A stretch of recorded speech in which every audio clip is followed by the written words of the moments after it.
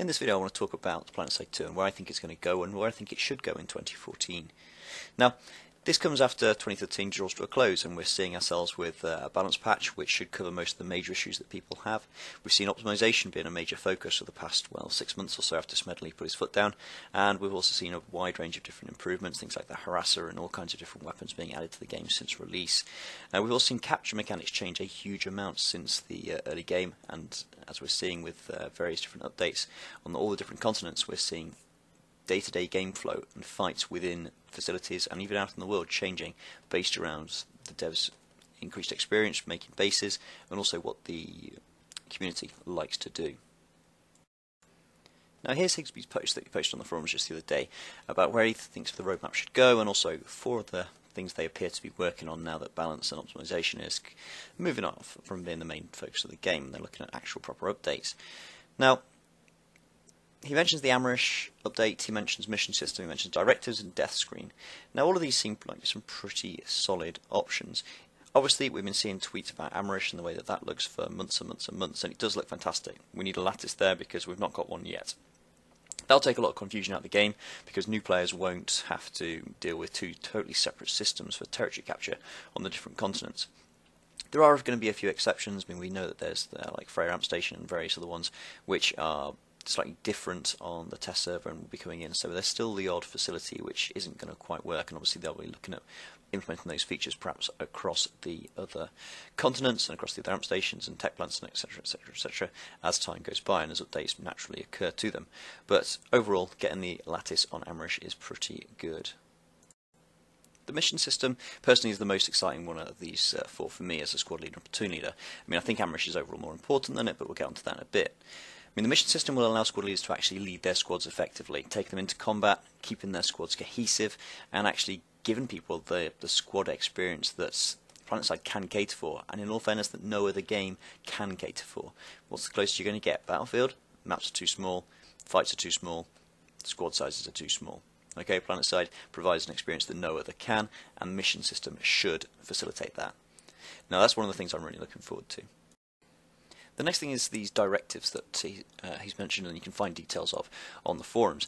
Now, directives, well, it's an achievement system, which is nice. I mean, my outfits, we've got our own achievement systems on which we utilise like TeamSpeak badges and all kinds of junk for. You've got Dassenfall's Subdats, and they've got certain awards for certain things, like a certain amount of kills, or Araxian medals, or the amount of max weapons and kills you've got, and things like that. And it certainly keeps people playing, it gives people small goals to do, and yeah, that's fair enough really. It's a useful thing. Is it the most important? I would argue not, and we'll talk about that shortly. Last thing you mentioned was the death screen, which is a thrilling update, and yeah, it's not really needed, but it's nice. Yeah. Now, scrolling by, you can see my personal list of how I think things should be laid out. I mean, just generally for the roadmap. And I've taken all 48 things that are on the roadmap, merged a couple because of them are obvious carbon copies of other things or replacements for it that just haven't been tidied up yet, and I've put them into this big long list. I'll put these up on the internet and I'll include a link in the description of the video. Now, as you can see, there's a huge number of different things, and if I put the top 10 back up, then you'll be able to see exactly what I think are the most important. Now you can see my top 11. I know I said 10, but I meant 11. And as you can see, I've got Amrish smack top of the list because I feel like it needs to get done. It needs to get done and out the way. There's been a lot of work spent on it, and along with the optimizations that have taken place, it needs to be in game.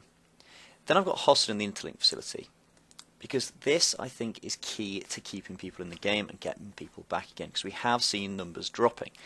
I mean, numbers have stayed the same more or less since, well, June, July. Since the optimization update, we've had a lot of people come back, but we need new, fresh content, interesting content to keep people in the game, and as I say, to get people coming back. Hosting will do that.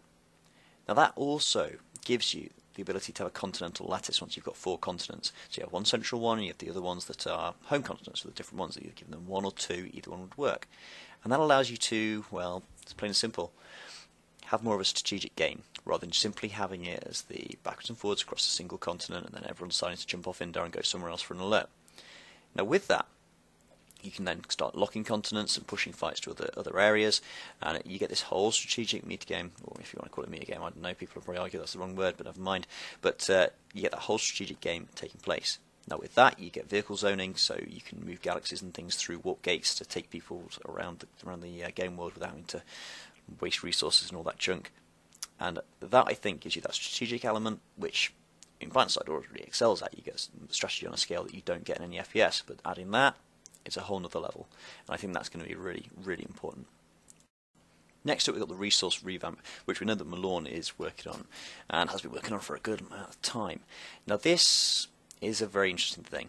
I mean, there's lots of options that he's got available to him and different ways to do it, but the ideas that he's set out, things to make it, again, strategic, but also not crippling as it is currently, and also allowing empires that are pushed back to the warp gate more of a chance to actually get out there and fight and win. I think it's quite an interesting thing, and I think it could add an awful lot to the game, as well as removing a lot of the problems that we currently have with the systems in place. Keeping the strategy that's involved, but also making it simpler and more interesting. Okay. At number 6, we got the mission system.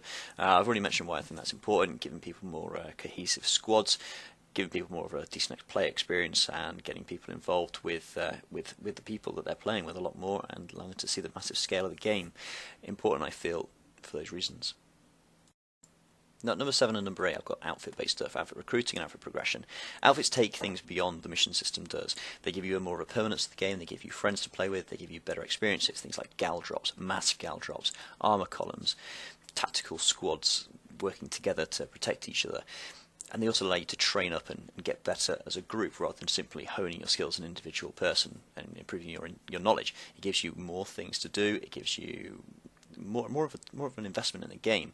I mean, we see with guilds, with outfits, whatever you want to call them in different games, people staying with games much longer than they would usually if they didn't have that group to play with. I mean, obviously friendships develop and all the rest of it, and it's really important for this type of massively multiplayer game that we have that available to us. Now, the outfit recruiting obviously gets more people into outfits. It allows them to find them a lot easier, because at the moment it is relatively difficult. Well, beyond talking to people in game, which some people are afraid of doing, but it gives people more of a chance to get into an outfit, makes it easier, higher retention. Outfit progression also then gives those outfits even more to work towards, rather than just enhancing their own skills. I then put in a class update, the Infiltrator class, because I know a ton of people have been waiting for this. I mean, Infiltrators, they can't cloak indefinitely without having to uncloak and make themselves vulnerable, and a lot of people have been missing that from the original game. Now, there are lots of other class updates and ideas around, but I think that's pretty important that we get that in, because it is a whole playstyle that is simply missing from the original game, and a lot of people are, as I say, missing it. Now, my last 2 points, number 10 and number 11, are about vehicle updates, and you'll notice that the vehicle updates for the particular support vehicles that we've got. I'll start with the Galaxy. Galaxy is a vehicle which is woefully underused. I mean, it's amazing. I mean, you don't get any feeling like in PlanetSide apart from with gal drops. I mean, mass gal drops, as I mentioned earlier, are a thing of beauty. They really sell the game. At the moment, gals are okay, but they could be an awful lot more. I mean, we could be looking at things like proper Galaxy gunships with a really decent gun on the side of it. You could be looking at things like dropping in vehicles. You could be dropping in supply crates. You could be making people resupply their air vehicles from the sides of it, and all kinds of different things. I mean, it needs to be made more usable, it needs to be made more useful. There's things like squads being able to use it as an AMS. We don't want to go back to how it was originally, but using it as an AMS for the particular squad would be very interesting. Spawning into it as it's on the move, all kinds of things can be done with it. The last one is the Sundra. Now, the Sundra is a very good vehicle, but it could be made more interesting. Gun ports could be added to the side to make it more interesting to drive around in. It could have all kinds of extra abilities. It could be used as an artillery piece. It could be used as, well, something to, at least a portable, for example, a portable jump pad to throw people over base walls, and all kinds of different things it could potentially be used for. Much more than it currently is, and I feel like it could be made a lot more useful in various different ways, and obviously people can brainstorm that on their own, but I've thrown a few ideas out there. Now, that's my top 11. Now, you might disagree, and you might have other ideas. Please feel free to post your ideas and get back to me using my contact details or in the comments section of this video.